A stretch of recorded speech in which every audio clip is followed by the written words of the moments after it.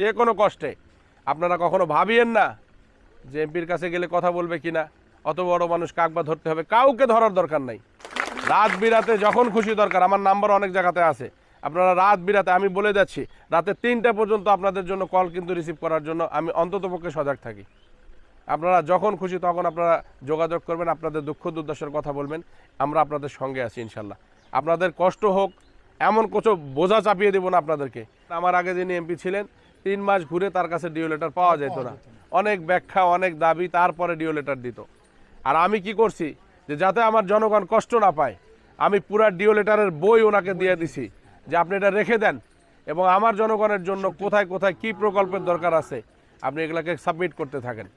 কত শত প্রকল্প আছে, সেটা বিদেশি ফান্ড হোক, কুয়েত ফান্ড হোক বা ওয়ার্ল্ড ব্যাংক হোক, যেখানে হোক না কেন, আপনাদের ভাগ্যের উন্নয়নের জন্য কিন্তু আমরা কাজ করে যাচ্ছি। এই ফার্স্ট ক্লাস পৌরসভায় জননেত্রী